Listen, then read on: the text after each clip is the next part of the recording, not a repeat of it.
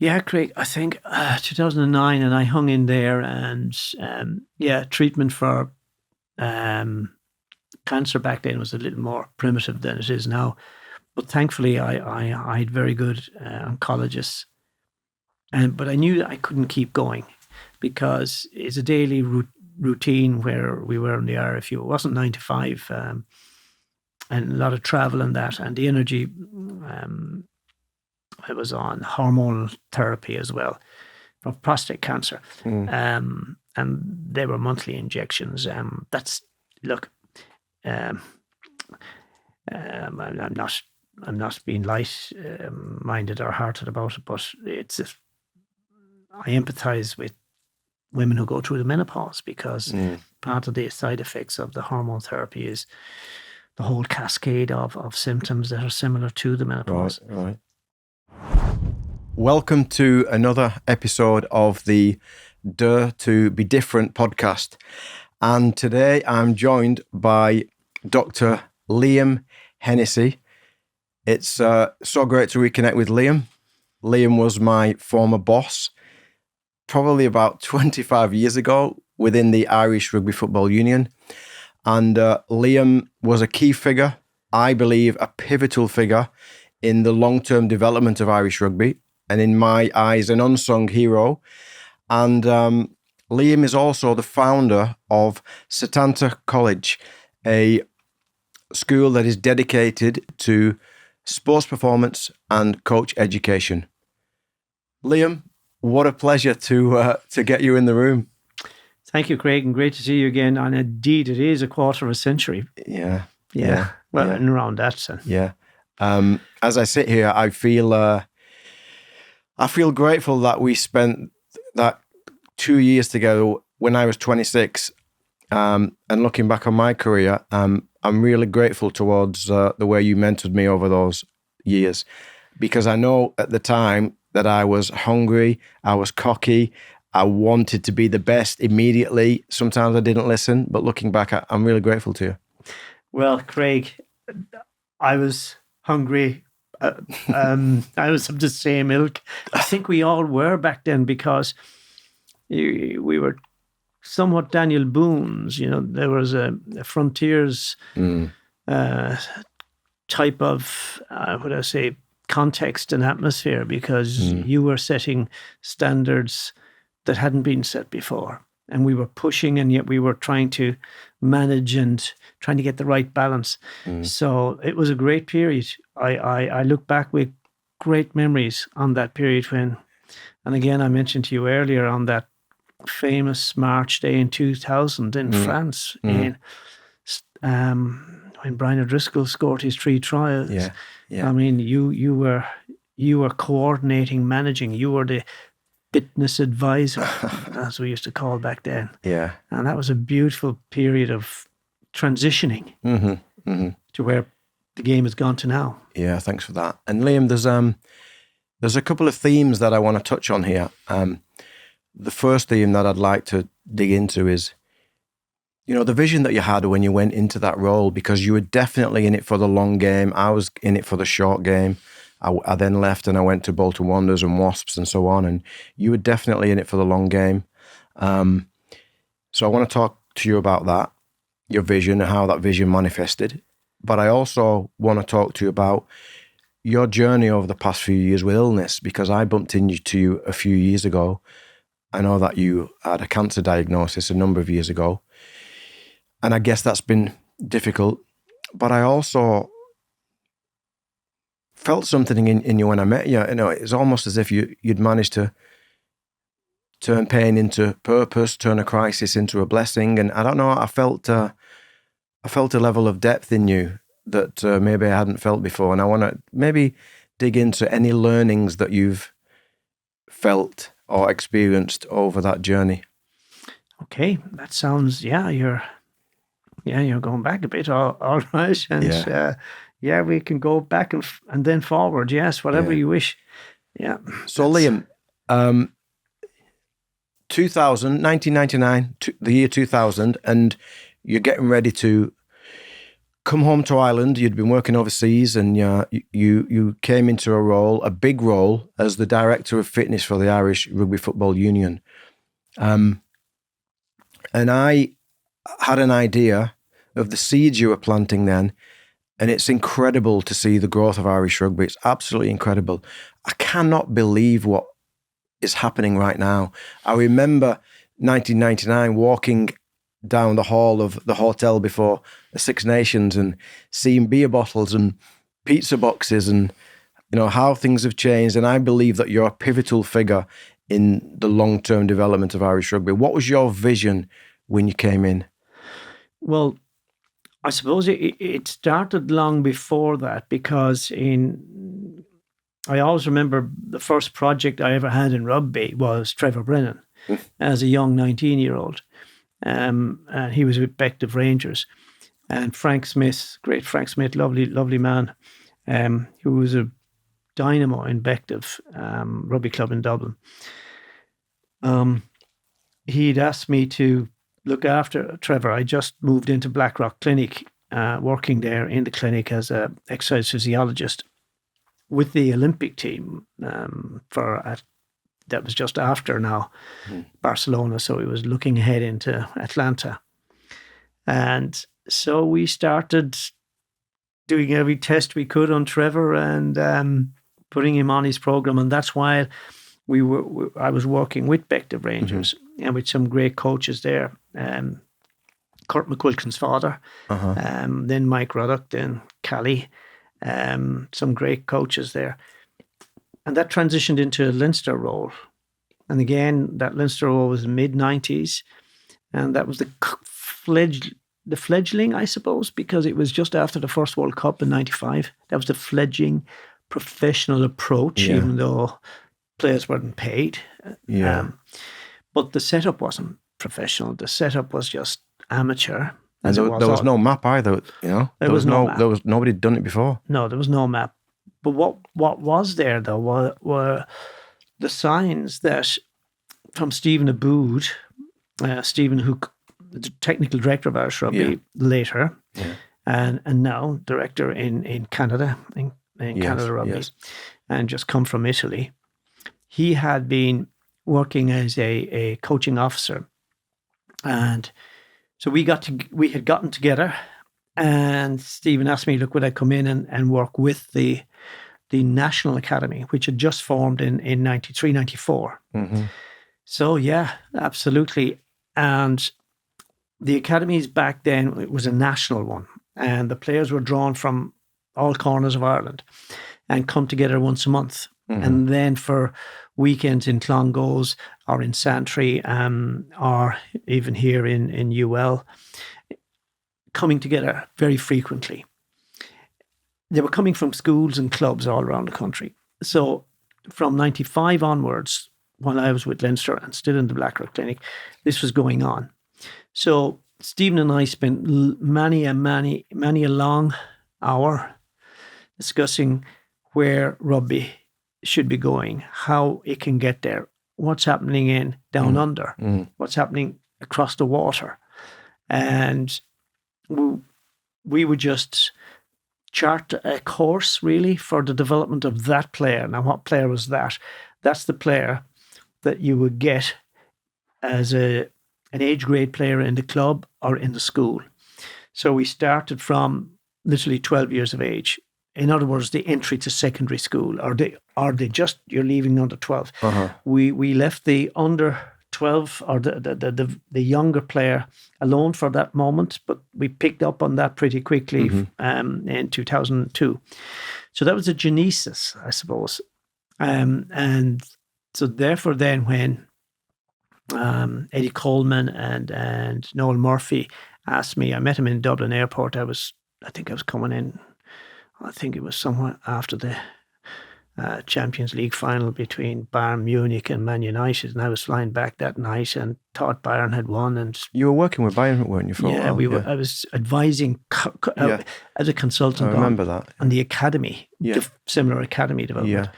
So I came in, met the two boys, met Eddie and Noel, and they said, "Look, would you come and do what you've been doing, which was development pathways. Yes. Yeah. But we had been doing it with the Irish National Academy. Yeah. And we already had great kind of, how would I say, signposts that this was really working, because in 98, Ireland Youths won the World Championship. And many of the academy players back then, Brian O'Driscoll, Donegal Callan, they were all part of that. Paddy Wallace, there was Shane Moore from UCD, the academy in UCD, which was the first of its kind in any formal college within literally the British Isles, college university. It was thriving there.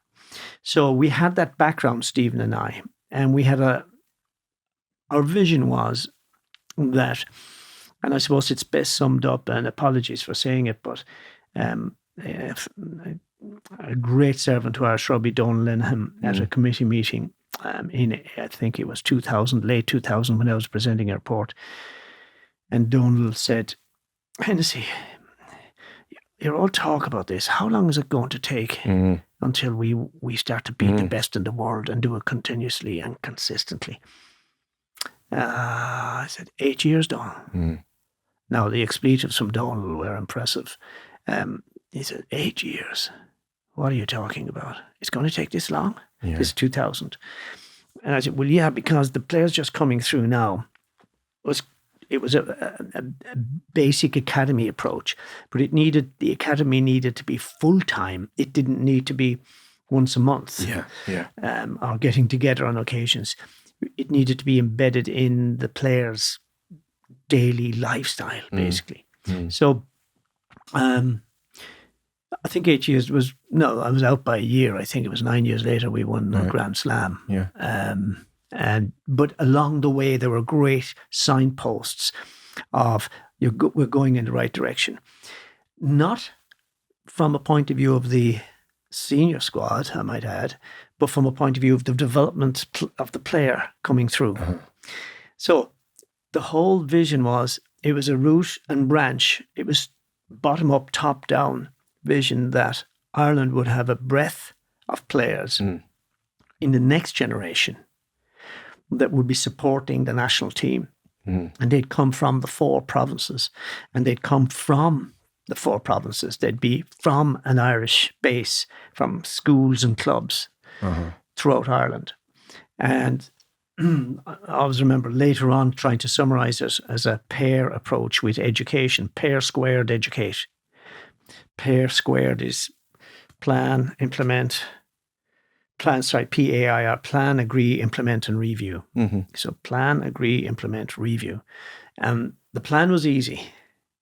It was getting the agreement. It was a huge challenge. The implementation was challenging, therefore, and the review was always another step forward then. We were moving a step forward. And you repeat that. But the fundamental, Craig, the fundamental of it was education. Because, much like you said, it was you, me. Okay, we got some great people coming on board. You had Fergal O'Callaghan, you had Jason Cowman, Big Dave Fagan, you had Des. Phil, you had Des. Phil above in the north. We even brought in Mike Bull at one stage. You had Mikey McGurn, you had, I could keep going now on the guys.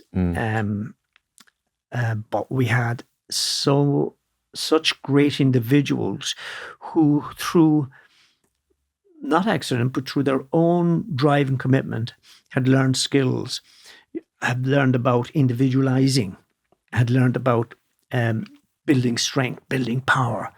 All these elements, there was no formal education in that. Of course. There was nowhere you could go. So that was the genesis. And so in order to get to the roots, we had to have a replication of those very, very fine people who were learning as well along the way, down at the grassroots, in at clubs, in at schools. Remember, back then there were about 15, no more than 20 schools were supplying the national team for many years. So the year then that, I suppose, where you were 99 and 20, you were trying to sit at the top and work with the players that had come through Nothing. Not by great design, but it come through nothing. It come through a completely amateur approach. Amateur system, yeah. Yeah. Yeah. And so that was the challenge. Yeah. But we had to make change because the great thing about it was an international sport. And if we were to compete internationally, and the bottom line was Triple Crown was your bread and butter. I suppose the Six Nations only came into being at the turn of the millennium. Mm-hmm. It was the Five Nations before that. So now it was even more challenging because we were, without putting it, without being critical, we were in the same place as Italy, really. We were coming from a completely amateur backup when England were top of the tree, basically, with, I suppose, the Southern Hemisphere. Wales had been on top of the tree. Scotland were knocking around there constantly. We hadn't won a Triple Crown when we did in 2004. It was 19 years since we'd won a Triple Crown. Mm. And we constantly finished mid-lower table on that. And so our goal was to finish it up at the top, and move on from there then, but building bottom up, top down. Yeah, yeah. Okay, so just to summarise, you've come in at the year of 2000. You've obviously had some experience before that. You've been studying long-term player development pathways from different sports. You've experimented with the academy in Leinster. You've come in, Stevie was already there. When you planted the seeds of that long-term development pathway, I remember that you brought in so many experts from all over the world. You know, you were getting so much information, and I didn't see the other unions doing that. And I didn't see the other unions targeting that long-term pathway the way that you did. Who was part of that initial team that really put those long-term player pathways and coach development pathways into place? Because you were one of the first countries to identify coach development as well, and the fact that you need a different type of education for a coach that teaches kids, teenagers, youths, early adults, and later adults, and that fascinated me. So who was part of that initial seeding team, if you like? Well, I have to go back again to Stephen Aboud, and Stephen's long term. If you recall, Istvan Bali was the guru of the Canadian, based in Canada, of the long-term athlete development, the LTAD as it was called, long-term athletic development, that pathway. Now that was an early model. We'd already been, Stephen and I had been walking through the 90s with more of a national one, the National Academy, and embedded in an Irish context. A pathway is a framework, and the frameworks which the experts around the world had been prescribing, showing, and working on. There were lots of missing bits, so to speak. There was gaps in them. So we needed one that would look after our pathway from primary school. Yeah. So Stephen was crucial and central in that. But as we were working along, let's say your good self, at the top of with the national squad, and where we were getting then Mikey with the national squad, then Paul Pook with the national squad. So where and then subsequently Jason, where you have very good people along that top. We also needed similar working at the grassroots, so to speak, at the roots. So who we brought in, I think it was 2002, academy. They were called fitness advisors. We tripped into strength and conditioning coaches, I think about 2003. Yeah. But fitness advisors was the term. And the fitness advisor, we couldn't find him. There was no program. So we created a program, the certified conditioning coach within the RFU. And that was a kind we started, would you believe it, with a 12-weekend program of, and pushed it out through schools and clubs. But what we wanted was Irish-based individuals who would be committed to the club or the school. We wanted them embedded in the IRFU's wider family. Yeah. And so what started to happen then, we started getting applications from abroad, from soccer, from the GA here, from hockey, from every sort of sport you can imagine, because there was no such education. And remember, underpinning any development plan or that is education, because we had to educate not only the coaches, as Stephen was doing from a tactical point of view, but from a physical development, conditioning, lifestyle, from the physiotherapy, physical therapy, from the supports that the player needs. And so we pulled that. That was, again, was the first in the world, and I think 2003, and we got very good people. We got very good people running it then. For example, Des Ryan, Ian Sherwin. We had a lot of people who expressed an interest in that age development stage, as opposed to being with the boys at the international level. So that was and one of the things we tried to do as well was we worked with sponsorship from VHI for a Fit for Fun program, which is really getting into the primary school. Yeah. So we had over 11,000 school children on the program at one stage, 360 schools, primary schools around the country, doing a 6-week Fit for Fun program where they were learning to jump, land, crawl, creep, all the rudimentaries. You see, you go back to your rudimentaries before your fundamentals, and then fundamentals leading on to your athletic skills. So these introductory pathways had to be filled, because if they weren't, we were missing out on huge potential. So schools were being looked after, clubs, and the pathway in schools was now not just secondary, where athletic development was the focus. It was primary school as well. Excuse me, but that was an initiative that we needed an awful lot of human resources for.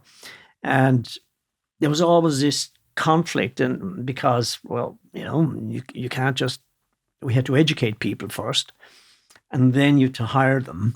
So there's a cost on everything, and you have to invest in that area. If you don't invest down there, when I say down, I don't mean down there, at that route and branch pathway, route to the branch pathway, you're not going to yield the player of the future. And we were looking at 8 to 10 years ahead all the time.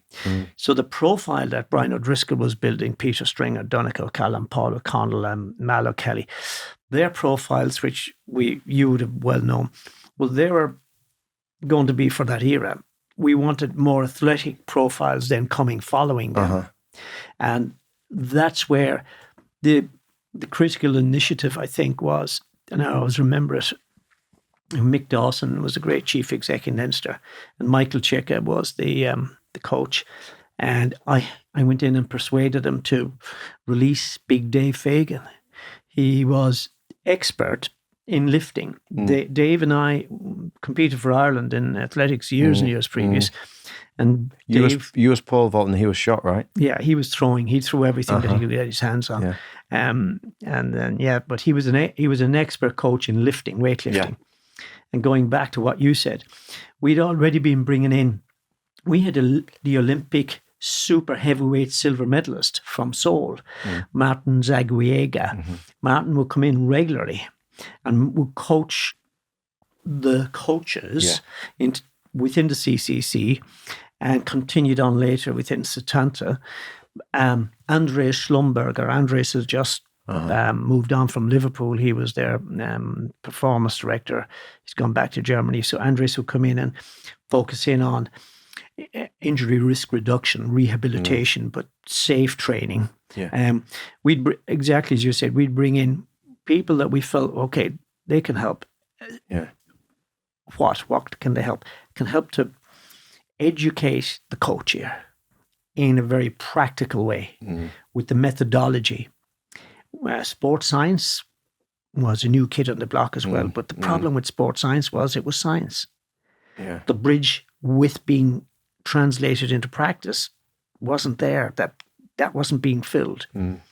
And that's where, as I say, the CCC, the Certified Conditioning Coach, it sought to bridge the science and the conditioning and the strength, but it really focused on the methods that are appropriate at this stage, and this stage. Yeah. So Des Ryan went as full-time manager. I managed to get Des full-time manager on that in later on, but Big Dave came back down, and what we said is, right, let's get back even lower than the academy. Let's go to the sub-academy. I remember that. You kind of took him from the seniors and put him with the younger guys, didn't you? I did. The players weren't happy, but we explained to them, look, this is a long-term mission. And so Dave is still there plying. Dave is plying his trade, doing marvellous work with the Leinster sub-academy and academy. And I suppose the output there is world-class. I suppose it's a world-class example of sub-academy feeding an academy and feeding into the senior game. And the transitions are so important. It's not as simple as saying, oh, you do this in the sub-academy, then you do this. No, some will accelerate forward, some will be much slower. And I always remember in the first sub-academy, you had Cian Healy, you had a couple of other guys who didn't make the academy. Yeah. Now, they would have been lost if the sub-academy wasn't there. So I think they got a bit of chip. They got a chip on their shoulder, those lads. And then we wound up winning the first Grand Slam under 21 with 8 or 9 sub-academy players coming through Big Dave's 2-year program. Or at that stage, probably 1-year program. Yeah. And what was his program? His program was the basics. Of course. Build the basics. Really build the basics such that you are now stronger than the academy, and you're going into the academy stronger than the previous ones who've left it to move on, and that they are going in stronger, faster, more athletic, more conditioned for the pro game, which is ever changing, to be able to cope with the demands of that. So that pathway, the great example of it is the Leinster pathway, starting and ending with Dave Fagan, who's 27 years in the role now. Yeah. Wow. So he's doing great work.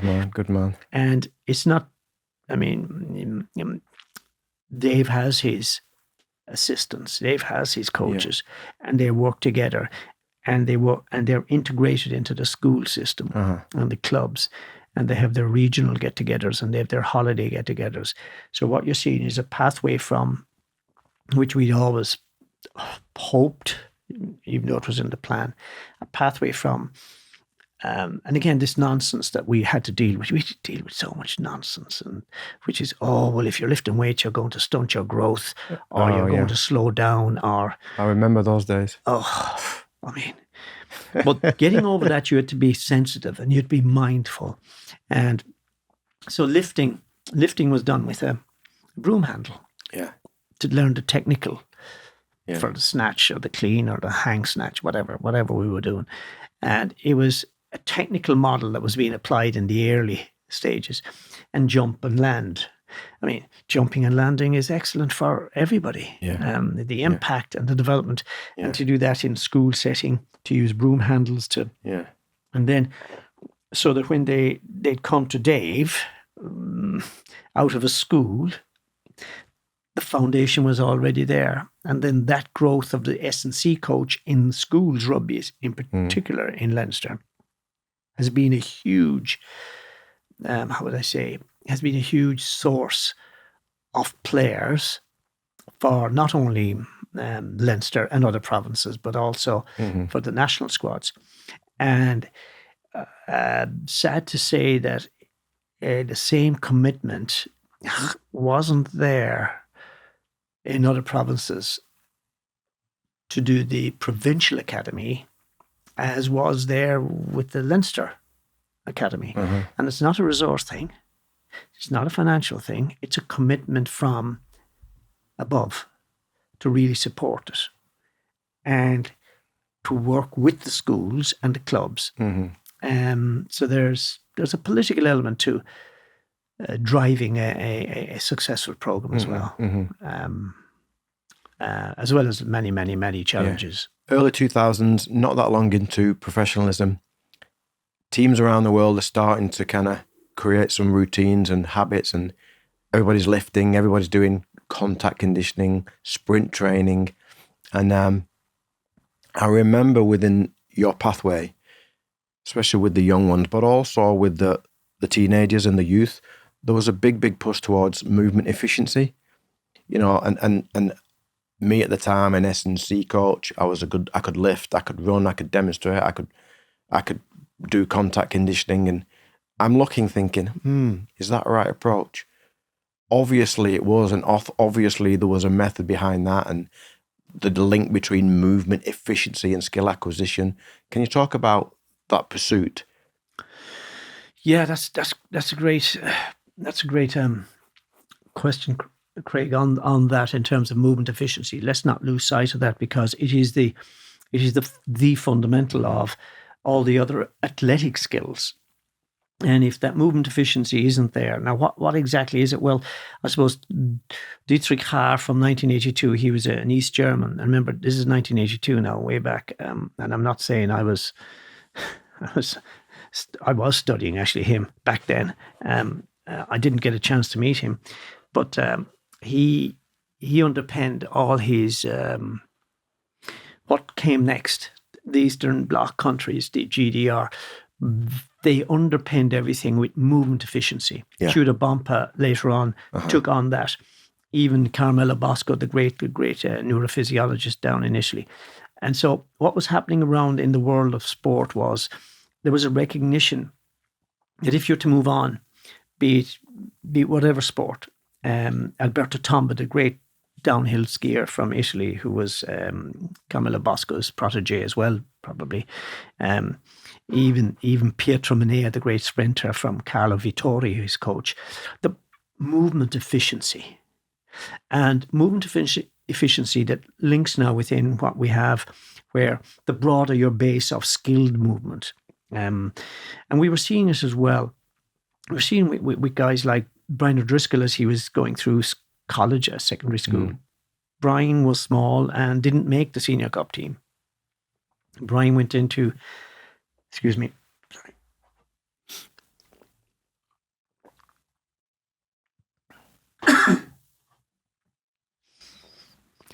Brian O'Driscoll played football with Clontarf, Gaelic football. Keith Wood played hurling with Clare. Mick Galway won an All-Ireland medal with Kerry in football. So we had our own examples, which were very, very clear. With Shane Horgan playing with Meath, and we had Gavin Duffy playing with Mayo. So we had a lot of that going on. So those handling skills and those movement skills, which they would have demonstrated on the field of play in rugby, every one of them was a dynamic athlete, a multi-directional athlete. So you had the evidence in front of you, but the real I suppose magic is when you can work this for those who are not just talented, for those who are just going through a primary school, a secondary school. That was a big focus of the Fit for Fun. It was built on movement skills. And prior to that, we were also encouraging rudimentary skills, which is crawling, creeping, rolling, twisting, turning. Hugely important skills from a rugby player's point of view, because you spend most of your, not most, but you spend quite a bit of time on the ground or close to the ground. Yeah. And so we have this need for a breadth of movement skills. And then on top of that, you move into your lifts, your jumps, your landing, your power, your development. And that is a pathway which we felt we were getting better at, because as, for example, with Big Dave in the academy, it wasn't just weightlifting, it was movement, and it still is. And in the other academies, there's a movement efficiency focus. Yeah. So what you have now is you've got Philip Morrow, for example, Des Ryan. When Des was moving, we wanted somebody to look at the education within the CCC of this and to manage it. And I always remember Des coming for his interview and I saying to him, what do you understand about rudimentary and fundamentals?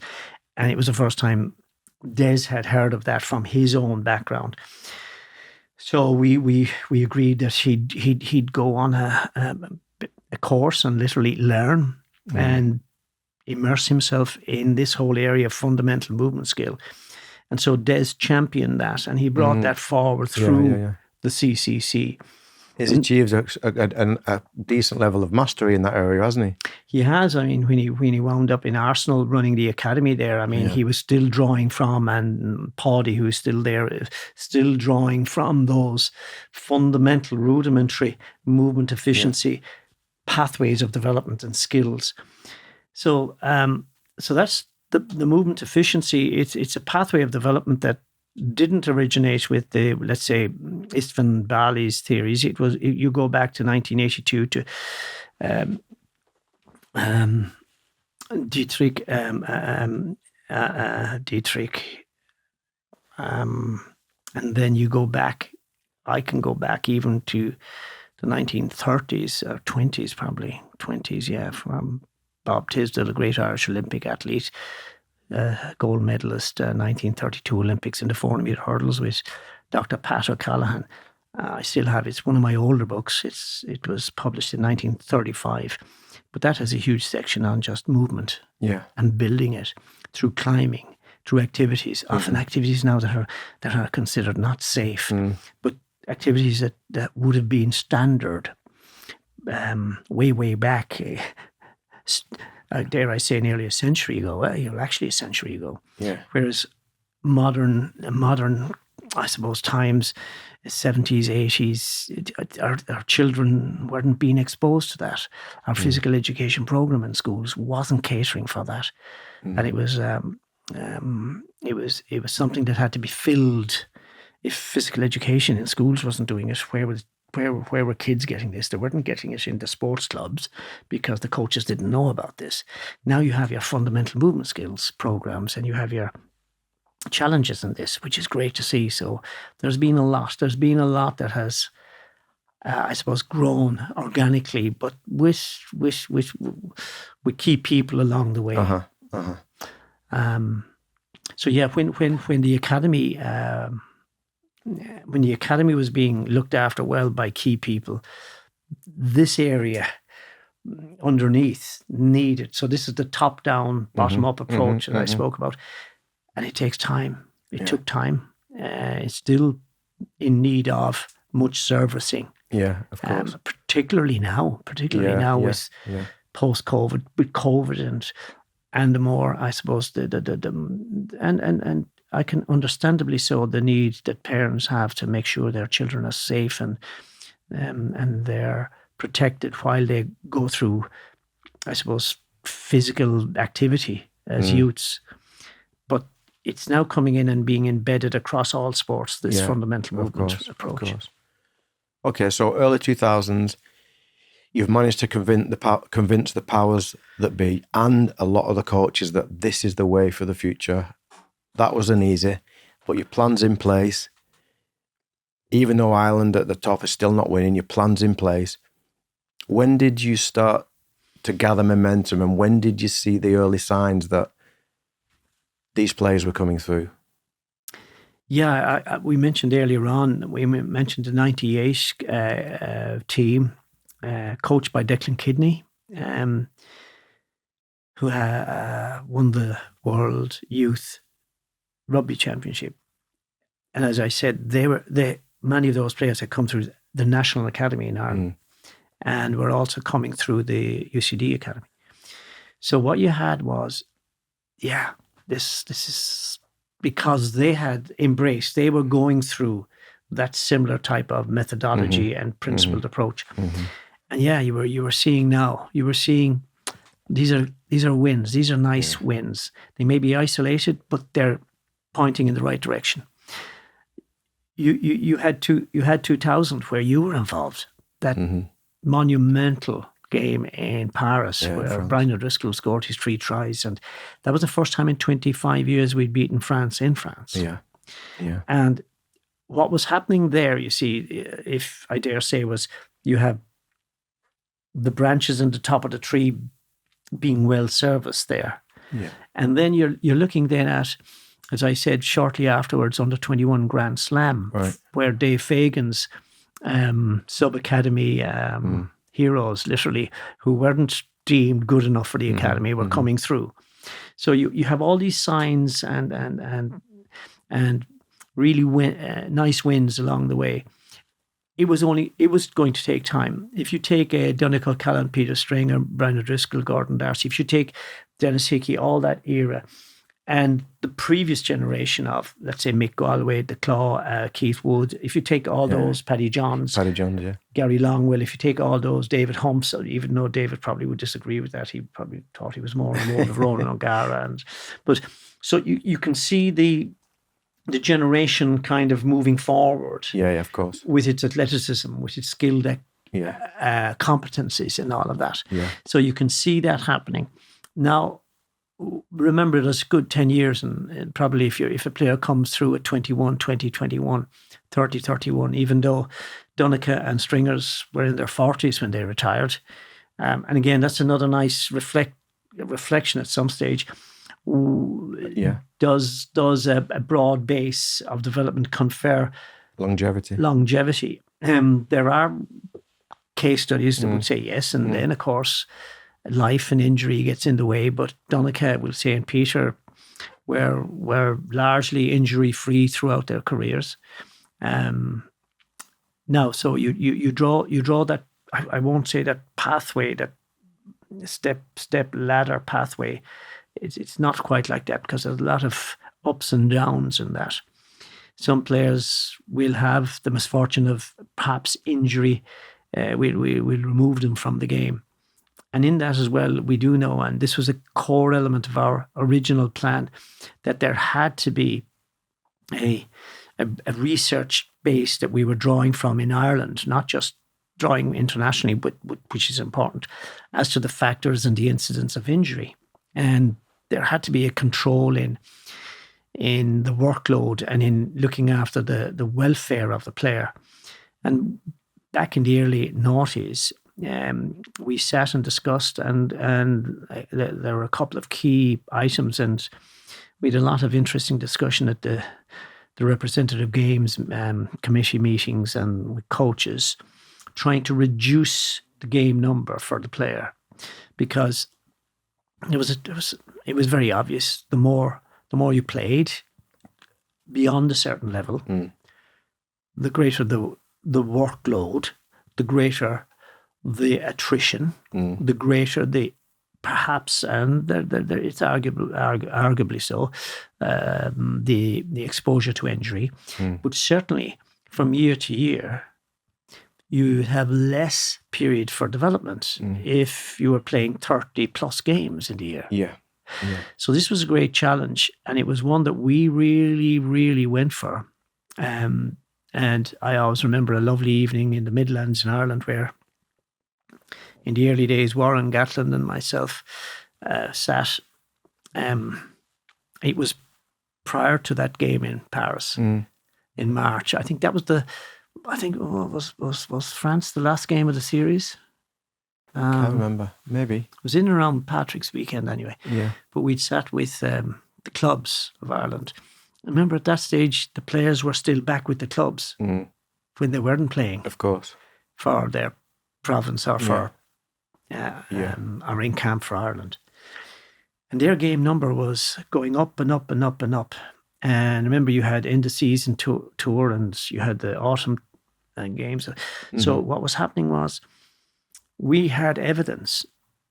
For example, one player, and I won't mention the player's name, who had played 96 games in 2 years, but the 2 years was really not 2 calendar years, it was an 18-month period, 96 games. So that was bad practice, really was. Yes. So in the sense that we had to challenge this. So we came up with a very simple mathematical model of, you just say 10-week off season, 4-week off, and then a 10-week preseason. So that's 14 weeks that we must not intrude on. And as you know, at the end of the season, if players are going off down under or whatever on a Lions tour or whatever, well, the 4 weeks comes after they finished, and then the 10-week comes, regardless of bringing the player into October on late October before starting. And even if a player has to come in late like that, they need their off time, they need their building up time.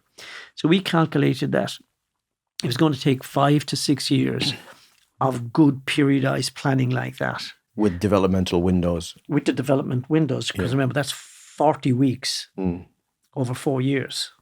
Of course. And then if you think then what are other teams doing abroad? Well, their seasons, they won't get that 10 weeks. They'll only might get 4 or 5 weeks of a pre-season coming in. Yeah. So we were saying, right, well, this is going to give us an advantage if we stick to it and if we can get agreement on it. And things were starting to move towards centralisation by then, right? They were dramatically so. But I always remember that meeting in the Midlands of Ireland when we were appealing to the coaches and the managers of the clubs, please release the players a week before. There was 2 weeks leading into the international, so that they could have some recovery time and then build up time within the squad. And we were going to France to play France, and the agreement was, well, look, if they do well in France, we'll consider it. And if you win in France, deal done. Yeah. And they were hedging their bets. It was very funny because we hadn't won in 25 years there. So the chances were loaded on their side. And by the way, if we didn't win, we had to stay with the status quo. Wow. So thankfully we won, and that was it. No more. Wow. No more. Wow. And that was gone. So the players were released. So they were down a game, if you know what I mean. Yeah. And so we worked on the 25 games was the standard. And then, there were lots of challenges because you had provinces that wanted to play every game in the Celtic League, for example, and that. And then the final stages that would come about that. And then you had national management who wanted them. So there was always challenges in terms of relationships. And so a lot of what we had to do was go in between and be the go-between for the player and the dual demand from national and provincial. That was challenging. It eventually became much smoother when the agreement was there, 4 weeks off, 10 weeks pre-season. Because that then was the focus. That player was secured a development period and a time away. And then, of course, we needed, and which was central to everything we were doing, monitoring. Yeah. Monitoring. And I don't think when you were here, I think the GPS system came just after you left. It did, yeah. Yeah. But the first to wear the GPS in any sport, in any country in relation to rugby were our referees. Uh-huh. David Keane was the first to wear. It was a 2 hertz Timex device. In other words, you get 2 signals every second. We had referees profiled in the early noughties, workload, distance run, etc., so forth, impact. And we were really trying to drive this forward through StatSport, through the guys in StatSport, Alan and Sean, who were terrific. But we met huge resistance from management and coaches because they felt that they were being spied upon. It was looking back now. It's funny, but understandable because satellites in the sky are beaming down, taking a signal, telling you what's happening. So some of the coaches thought that was a little bit too far advanced for where they came from. Uh-huh. So the first team to wear GPS were the age grade teams, the national teams, and then Leinster embraced it early on. And I think in doing that, and we were trying to drive a common StatSports, for example. There were other brands available, and some provinces wanted a different brand. which didn't make sense really, because once you're all on the one system, your software now, you don't have an issue with software or differences. And so data can be compared very nicely. Yeah. So that was another challenge. So you had all these challenges to try and move forward the technology as well with the education of the coach. And I keep coming back to it, the education of the coach. If you can educate at all levels of coaches, be they from the smallies right through to the bigger children and into the teenagers, if you can educate them appropriately to the age and have them then transition forward, as in the great job that Big Dave and Colin McEntee and the guys have been doing in Leinster, you will get this, I suppose, you get this synergy.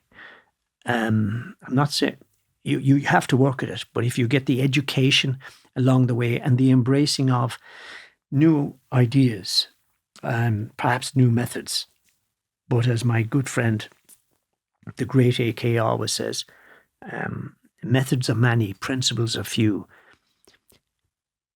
Methods regularly change, but principles rarely do. And I think it's a very, very important statement that the principle of development, of management of the overload, adaptation and that, it's something that you have to constantly work at. So yeah, the journey has been one where the little wins along the way, Craig, came in a variety of ways, not just on the pitch. It came off the pitch to facilitate what was happening on the pitch. And that's sitting down at meetings that couldn't go on for a long time, and I can imagine. And trying to negotiate between different viewpoints and understanding different viewpoints. So I wound up doing more and more of that, as opposed to the great enjoyable of being out there or in the gym or on the pitch. Of course. But all that was very important behind the scenes work. So Liam, you're 66 now, and at various levels you've invested more than 20 years of your time for Irish rugby. You've stepped away now. How do you feel when you see Leinster doing so well, when you see Ireland doing so well, and when you see the national team with movement efficiency that is arguably the best in the world and a skill level in all areas of the game that could rival the All Blacks? Like, how do you feel? I think it's I think there's a great satisfaction. I'd have to say that. I've seen when you moved on and you followed your passion, when Philip Morrow did, when Des Ryan did, when Jason continued on and Big Dave continued on, when we all continue on and in our where we are, it's great reflecting back and seeing all the inputs, all those inputs along the way, have created a far more efficient, far more, I suppose, productive program of development. And I take great satisfaction in thinking of all the people along the way who contributed. And I feel I'm one of those as well. I don't feel I'm singularly any more important than anybody else. Of course not. I could go back. We could list the names of everybody who has contributed, and they include all those who have been in schools, clubs, and then at the more representative level, like provinces and that, over years. And it's linking. Everybody's has a bit of a link. Everybody has an input, and that's very satisfying because yes, the team are performing where Don Linehan wanted them to. When he asked the question, how long do you think this will take? And they have been. Look, we won four? We won 4 Triple Crowns from 2000 to 2010, 4. We hadn't won for 18 years before that. Yeah. It's not that trophies represent, how would I say, success. I think we got to be honest as well. I remember trying to, could we work a similar plan with women's rugby, with the female game? And the energy, I must say, the commitment wasn't there. Yeah. It could have been started much earlier. I'm disappointed in that. The energy would have been there had we the resources, and where the resources put aside for that. But that's another discussion another day. I'm disappointed on that side because we have a marvellous talent pool. We have a huge talent pool. After all, remember, rugby is the 5th participation sport in Ireland. Okay? It's 5th. Yet we can become number 1, number 2 in the world. Yeah. So that's a great statement of the pathway. Our numbers are small.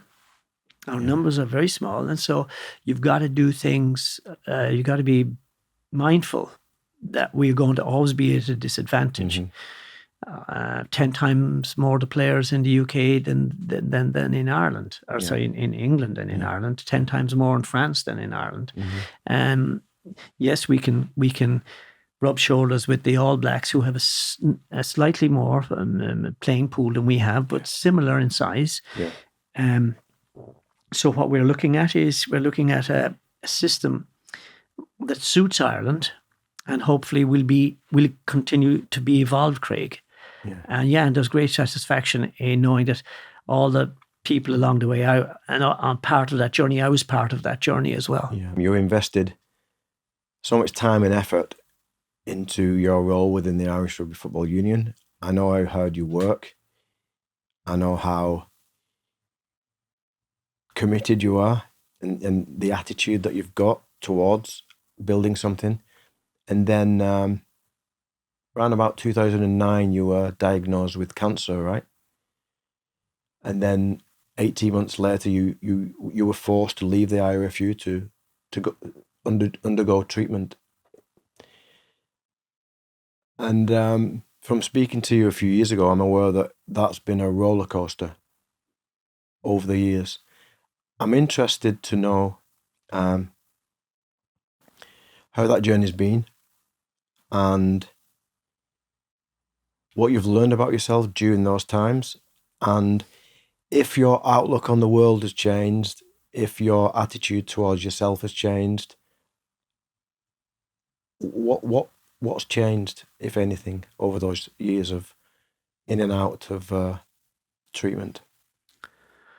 Yeah, Craig, I think 2009, and I hung in there, and treatment for cancer back then was a little more primitive than it is now.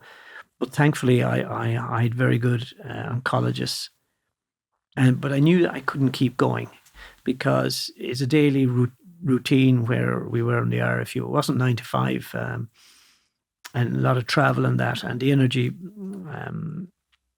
I was on hormonal therapy as well for prostate cancer, and they were monthly injections. I'm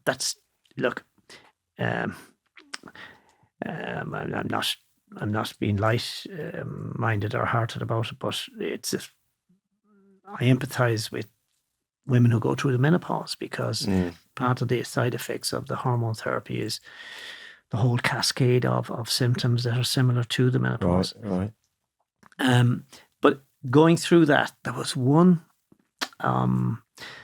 small little thing that kept I suppose coming to mind. As you will have known, we'd have been monitoring players in every way possible, and we used to monitor heart rate variability. We used to monitor various markers for stress. And I was still using the first beat, which is a monitor of your HRV.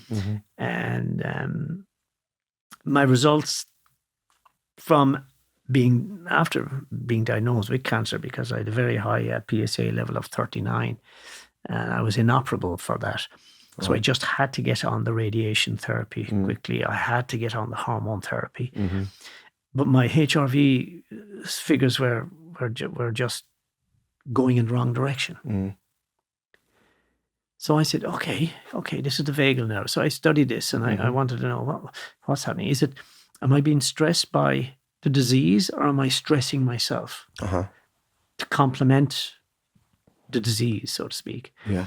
So it struck me back then that the only way I could the only way I could go was go with the flow, go with the therapy, go with what was required for the management of the cancer. And that's partly why I remember sitting with Eddie Wigglesworth and said, Eddie, no, look, I've just decided to go with the flow because I'll be at a meeting and I'll just lose all interest. I'll just have this hot flush, or I'll just get weak, or I'll get tired. And the effect of the therapy as well, it makes you slight brain and the fog that goes with it. And I wouldn't have been as sharp. And so I wasn't going to be of use to myself, not to mind my role in rugby. So thankfully, Eddie was very good, and Eddie Wigglesworth, he was my direct line manager. And that's it. I laid low. And I went with the flow, Craig. And I think I've had lots of discussions, again, with an old pal, the great AK, who's had his journey with cancer. And AK would say to me, he'd say, yeah, Hennessy, you're a fighter, you're an athlete. You're a good fighter. I said, no, AK, I'm not. I'm not fighting anymore, because fighting equals stress. I'm just going with the flow. Interesting, because you were like that though, weren't you? I was, yeah. Okay. I was. Okay. I had to just change completely, but I had the measurement from the HRV showing, look, if I get excited in the conversation, the HRV, the higher the figure, the better, but it just drops. So I'm going into a I move from the parasympathetic to the fight or flight, and that's. I'm getting anxious now. I'm getting stressed. So I just rode with it. I went with the flow, Craig. And when cancer returned 9 years later, non-Hodgkin's lymphoma, I knew there was something wrong, because I was losing weight dramatically, and I knew I didn't have the same energy as well. I said, okay. It worked out the last time. I'm going to go with the flow again. So through chemotherapy as well. And part of the side effects again included brain fog. And that was my most, I was stressing myself. Oh my God, will I forget? Will I be able to remember? Will I be able to recall? So I said, no, there's no point in stressing on this. So I went with the flow again. And I came through that. And then in 2022 then. That's just 2 years ago, recurrent cancer again. More hormonal therapy. I wasn't looking forward to it now at this stage. And I'm not being flippant or anything, but I wasn't looking forward to it, because I knew that I have to really, really go with the flow again and pull back again.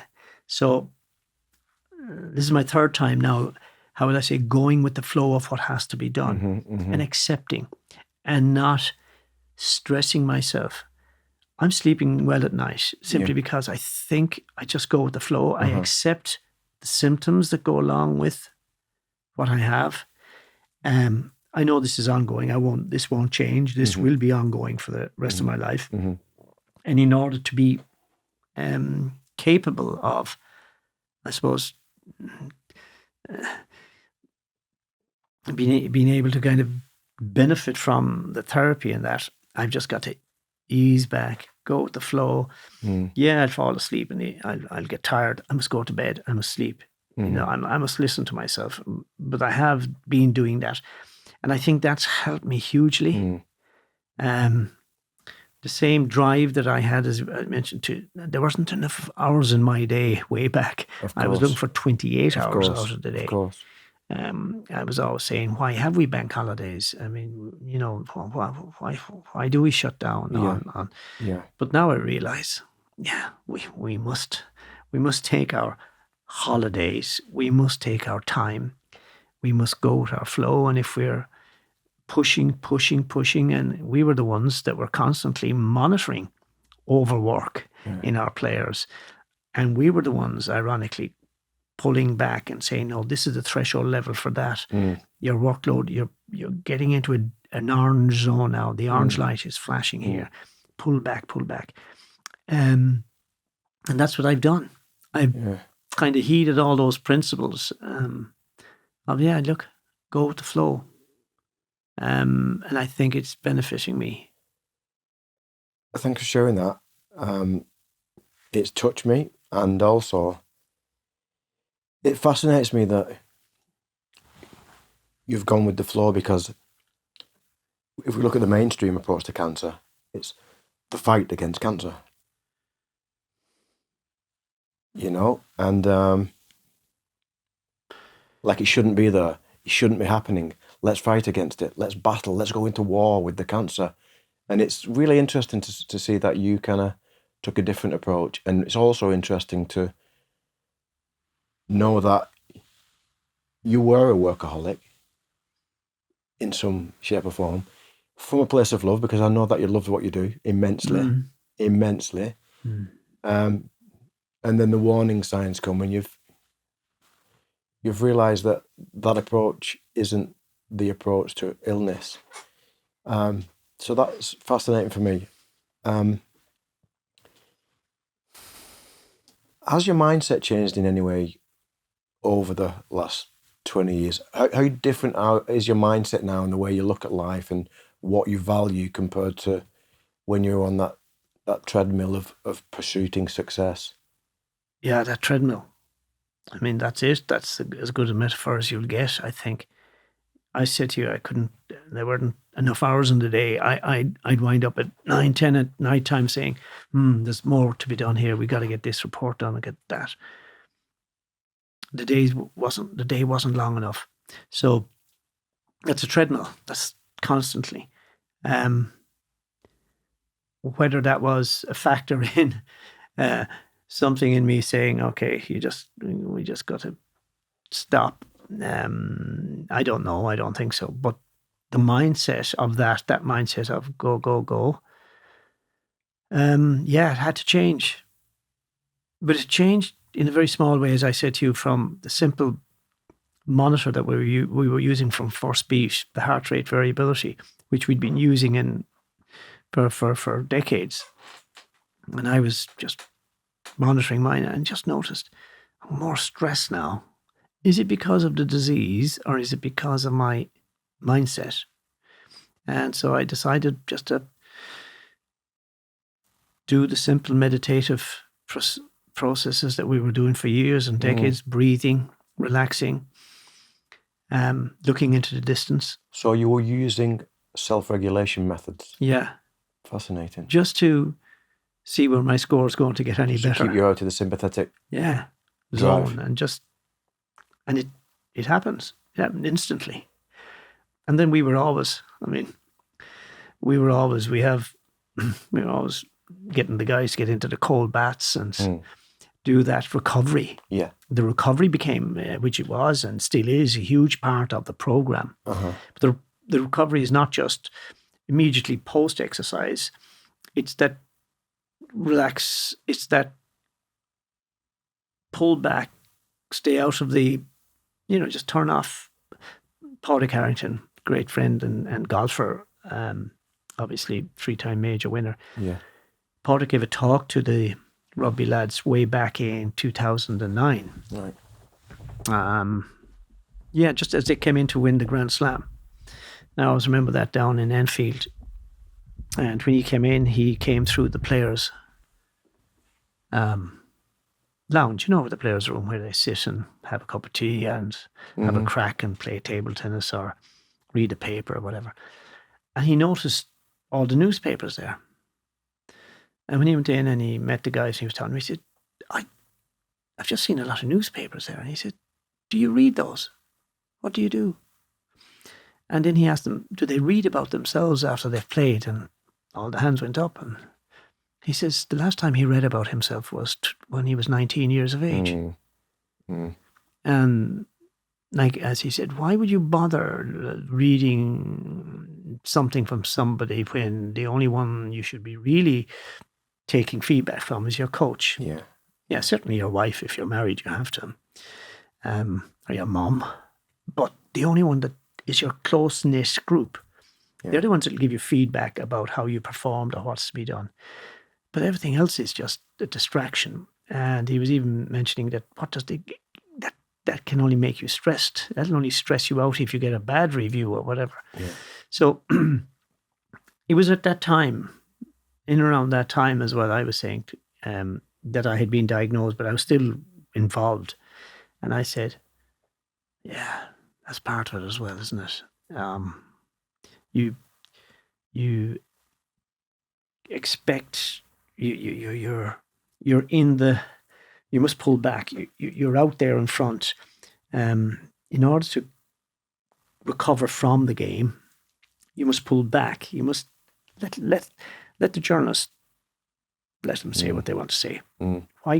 Why get dragged into social media and commentary, even more so as a more modern context? Yeah. When you have to pull back, recover from to get ready for. And we've used this for years as a simple statement: recover from whatever it is, a training session, a match, or whatever, to get ready for. But if there are intrusions in that and stresses, you're holding back that recovery. So this was all very obvious because that's what we were preaching. And I said, oh gosh, I think I'll just have to pull back and heed the principles and the messages that we've been imparting and we've been encouraging players to live by. And that's what I did. But I had my monitor as well. I had my HRV and I had my objective measurement. Yeah, this is, and I'm feeling then subjectively, yeah, this is working. So yeah, I'm continuing on that, Craig. Yeah, I have a journey to go. I'm 66, pensionable age in Ireland. I've retired. I have retired from where I was since 2019, effectively.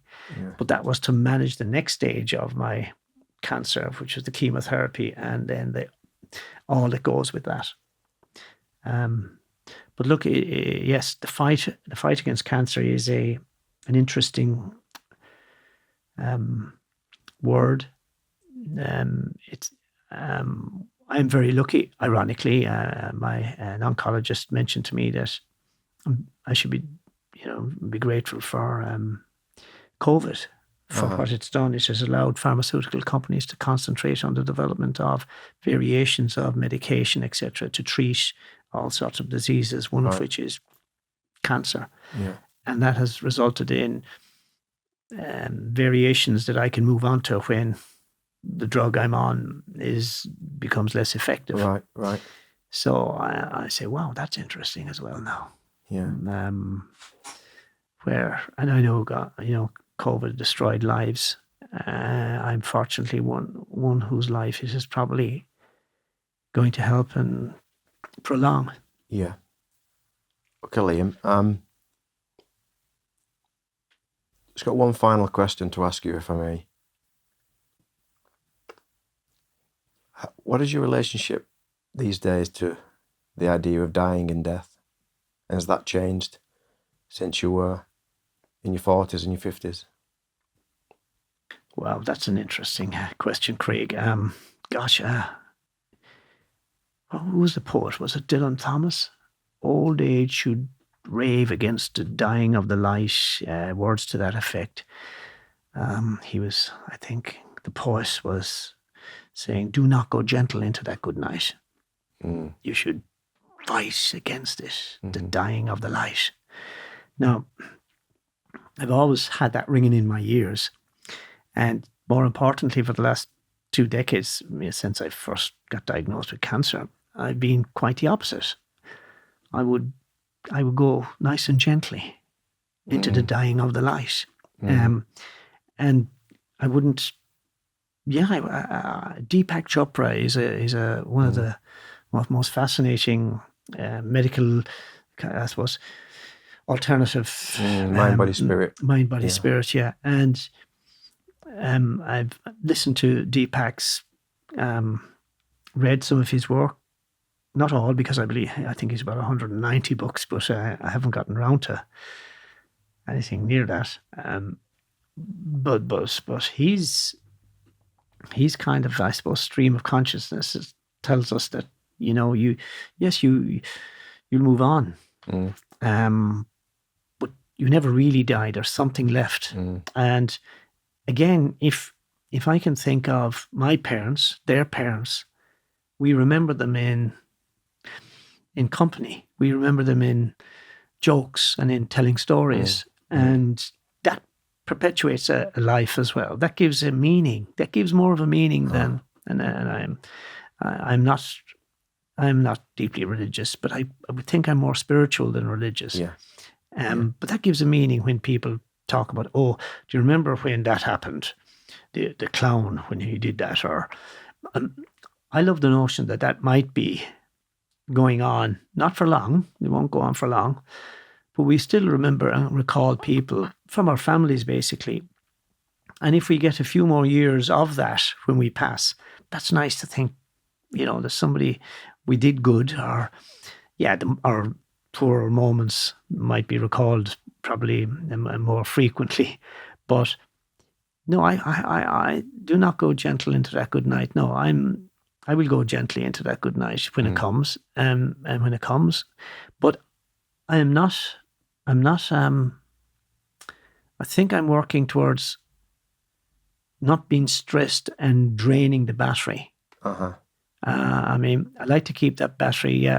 Listen, in the day, I'd have to go for the nap in the afternoon, of course I will. But that sleep and that regeneration, that's all about recovery and regenerating, recovering from and getting ready for the next half of the day. So as long as I can keep going like that, I'm content. And my family, my wife, we do our things. We walked the Camino last September. Oh, wow. A stage of it, rather. A beautiful thing to do. And an absolutely fabulous thing to do. And she and I will have many little challenges like that lined up. They will be ones that are not, like it thankfully, I do my mobility work. I do my little exercises daily. I have to adhere to them a bit more now. And we'll be ready to walk that again. And in the doing of that, it's a very relaxing, spiritual, contemplative type of an exercise.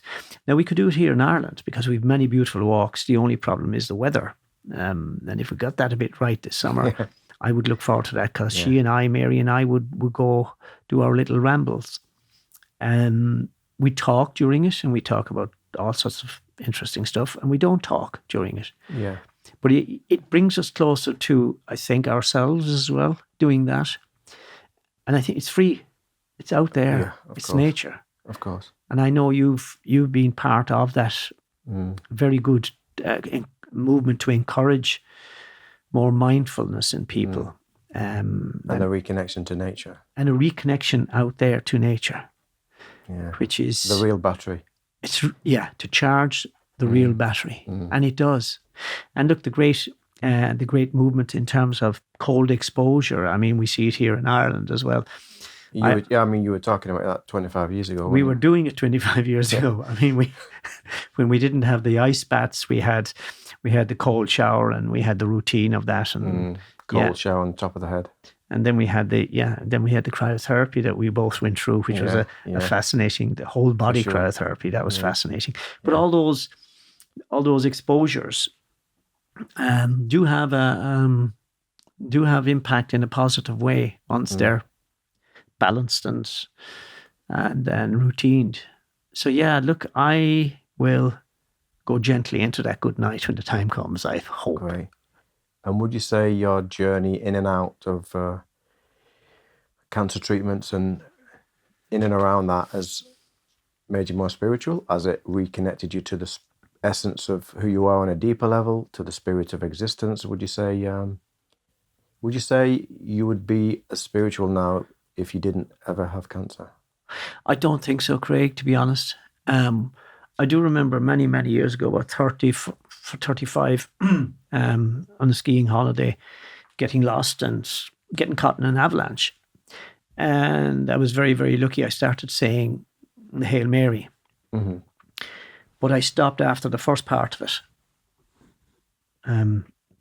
Because, as you know, the second part is pray for sinners now and at the hour of our death, amen. I didn't want to be encouraging death as I was trying to avoid the avalanche.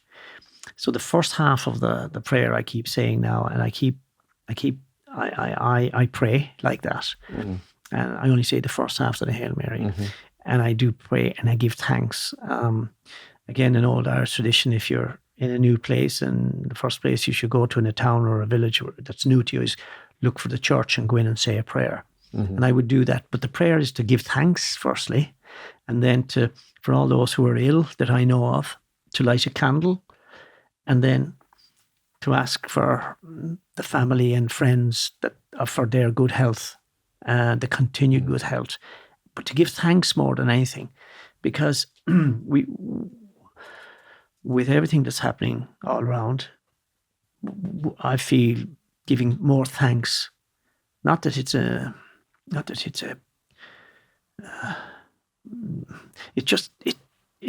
makes me feel better to give more thanks. Well, physiologically, it's also balancing your nervous system, that state of gratitude, the felt sense of gratitude.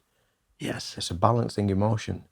It is. It's all part of the going with the positive element, but yet it's a meaningful one, giving thanks. It is meaningful. For sure. And I would be